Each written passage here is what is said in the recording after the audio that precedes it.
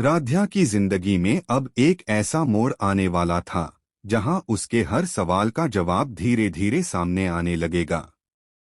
लेकिन इन जवाबों के साथ ऐसे रहस्य भी जुड़ने वाले थे जो उसकी दुनिया पूरी तरह बदल सकते थे।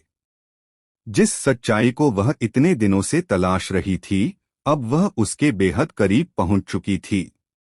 दरअसल राध्या लगातार इस बात को लेकर परेशान थी कि आखिर उसके परिवार के साथ ऐसा कैसे हो गया। एक पल में सब कुछ बदल गया था। जिन लोगों को वह जानती थी, जिन रिश्तों को वह समझती थी, सब कुछ जैसे समय के किसी अजीब खेल में फंस गया था।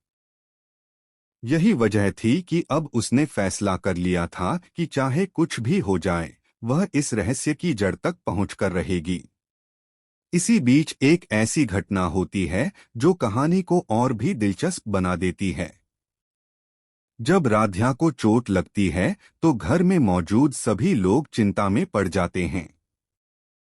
लेकिन सबसे ज्यादा असर प्रथम पर पड़ता है। राध्या को दर्द में देखकर उसके चेहरे का रंग उड़ जाता है। उसके दिल में अजीब सी बेचैनी शुरू हो जाती है। प्रथम खुद समझ नहीं पाता कि आखिर ऐसा क्यों हो रहा है। वह मन ही मन सोचने लगता है, मुझे इस महिला को देखकर इतना दुख क्यों हो रहा है। इसकी तकलीफ मुझे अपनी तकलीफ जैसी क्यों महसूस हो रही है। आखिर मेरे और इसके बीच ऐसा क्या रिश्ता है जिसे मैं समझ नहीं पा रहा। यह सवाल लगातार प्रथम को परेशान करने लगते हैं। उसे महसूस होता है कि उसके दिल का कोई हिस्सा राध्या से जुड़ा हुआ है, लेकिन वह उस संबंध को पहचान नहीं पा रहा।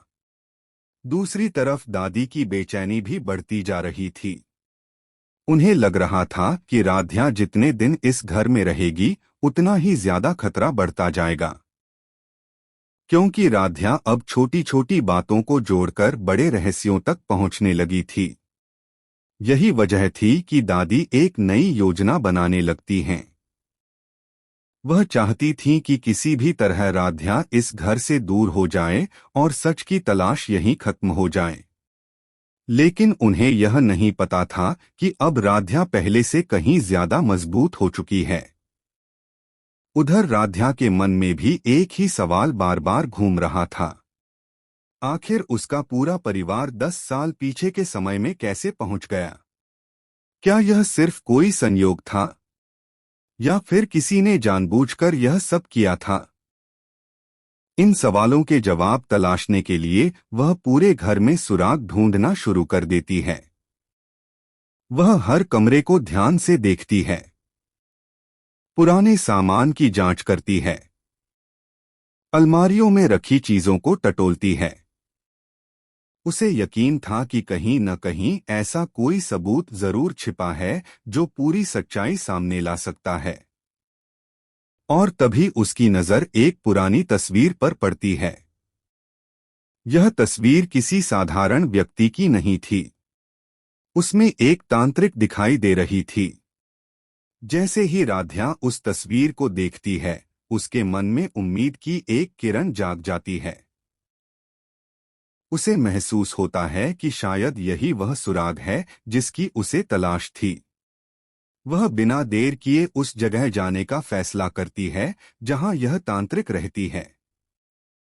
लंबे सफर के बाद आखिरकार राध्या उस स्थान पर पहुंच जाती है। वह जगह रहस्यमयी माहौल से घिरी हुई थी। वहां अजीब सी खामोशी फैली हुई थी, जैसे उस जगह के पास कई ऐसे राज हों जो दुनिया की नजरों से छिपे हुए हों। राध्या हिम्मत जुटाकर तांत्रिक के सामने पहुंचती है। तांत्रिक जैसे ही राध्या को देखती है, उसके चेहरे के भाव बदल जाते हैं। ऐसा लगता है जैसे वह पहले से जानती हो कि राध्या यहाँ क्यों आई है। राध्या बिना समय गवाए अपने सवाल पूछती है। वह कहती है, मुझे सच जानना है।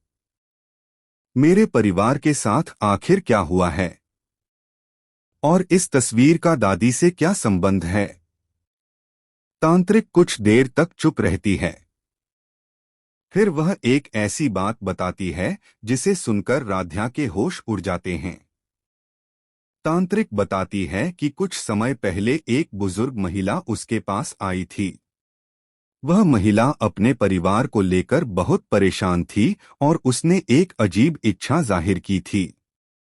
उसने कहा था कि वह अपने पूरे परिवार को 10 साल पीछे के समय में भेजना चाहती है। यह सुनते ही राध्या स्तब्ध रह जाती है। उसे यकीन नहीं होता कि कोई ऐसा भी सोच सकता है। लेकिन सबसे बड़ा झटका तो अभी बाकी था। तांत्रिक आगे बताती है कि वह महिला और कोई नहीं बल्कि दादी थीं। दादी का नाम सुनते ही राध्या के पैरों तले जमीन खिसक जाती है। अब उसे समझ आने लगता है कि इस पूरे रहस्य की डोर सीधे दादी से जुड़ी हुई है। लेकिन तभी तांत्रिक एक और चौंकाने वाली बात कहती है। वह बताती है कि जिस प्रक्रिया की शुरुआत की गई थी उसका पूरा रहस्य सिर्फ वही महिला जानती थी जिसने यह सब करवाया था। लेकिन अब वह महिला वहां नहीं है। इस वजह से स्थिति को पहले जैसा करना आसान नहीं होगा। यह सुनकर राध्या की चिंता और बढ़ जाती है। अब उसके सामने सिर्फ एक नहीं बल्कि कई बड़े सवाल खड़े हो चुके थे। क्या दादी ने सच में यह सब किया था? अगर किया था तो इसके पीछे उनकी असली वजह क्या थी? क्या वह किसी पुराने दर्द को मिटाना चाहती थीं या फिर किसी बड़े सच को छिपाना चाहती थीं? और सबसे महत्वपूर्ण सवाल, क्या राध्या अपने परिवार को वापस वर्तमान में ला पाएगी? राध्या समझ चुकी थी कि उसकी असली लड़ाई अब शुरू हुई है। सच का पहला दरवाजा खुल चुका था। लेकिन उसके पीछे छिपे रहस्य अभी भी पूरी तरह सामने नहीं आए थे। अब वह किसी भी कीमत पर रुकने वाली नहीं थी। उसने ठान लिया था कि चाहे कितनी भी मुश्किलें क्यों न आएं, वह दादी के हर राज का पर्दाफाश करके रहेगी और अपने परिवार को इस अजीब मुसीबत से बाहर निकालकर ही दम लेगी। लेकिन उसे नहीं पता था कि आगे उसका सामना ऐसे खुलासों से होने वाला है जो सिर्फ उसके परिवार की नहीं बल्कि उसकी अपनी पहचान से जुड़े सबसे बड़े रहस्य को भी सामने ले आएंगे। तांत्रिक की बात सुनने के बाद राध्या कुछ देर तक बिल्कुल चुप खड़ी रह जाती है। उसके दिमाग में जैसे हजारों सवाल एक साथ घूमने लगते हैं। उसे यकीन ही नहीं हो रहा था कि जिस दादी को वह हमेशा परिवार की सबसे समझदार और सबसे मजबूत सदस्य मानती थी, वही इस पूरे रहस्य की सबसे बड़ी कड़ी निकलेंगी। राध्या बार बार तांत्रिक की बातों को याद करने लगती है।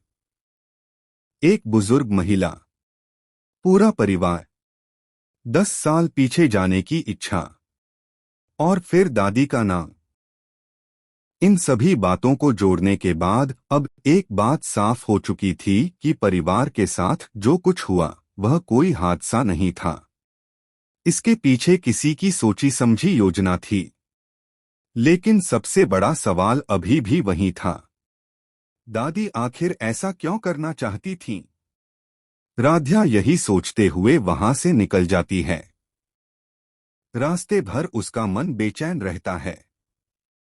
उसे लग रहा था कि अब वह सच के बेहद करीब है, लेकिन जितना वह सच के पास पहुंच रही थी उतनी ही नई पहेलियां उसके सामने खड़ी होती जा रही थीं। उधर घर में दादी भी परेशान दिखाई देती हैं। उन्हें बार बार ऐसा महसूस हो रहा था कि कोई उनके छिपाए हुए राजों तक पहुंच रहा है।